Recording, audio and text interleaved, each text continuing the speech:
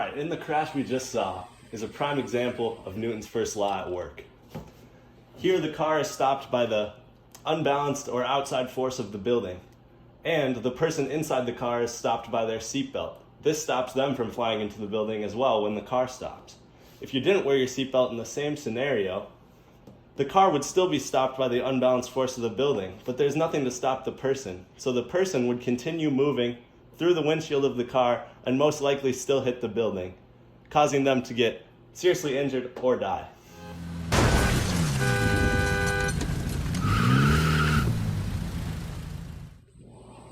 Okay, so the crash we see here is a prime example of Newton's second law.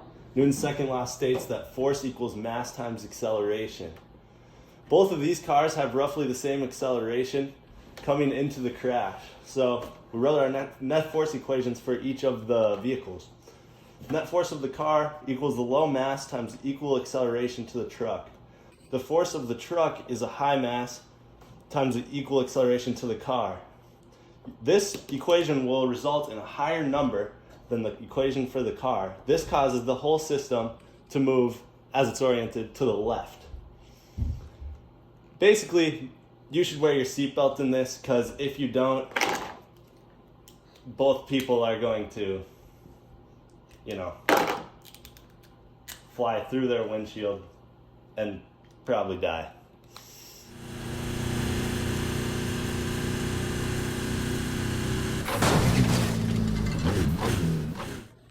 There are two examples of Newton's third law in this last crash.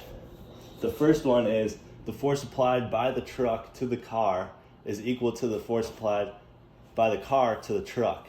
This causes the truck to come to a stop and the car to accelerate because the masses differ. The second application of Newton's third law is when you are in the crash, Newton's first law acts, causing the car to stop but you to keep moving. But if you wear your seatbelt, the seatbelt will apply an equal but opposite force to you, causing you to stop as well in both of the vehicles in this problem. In all of these situations, you should be wearing a seatbelt to prevent you from injury or death.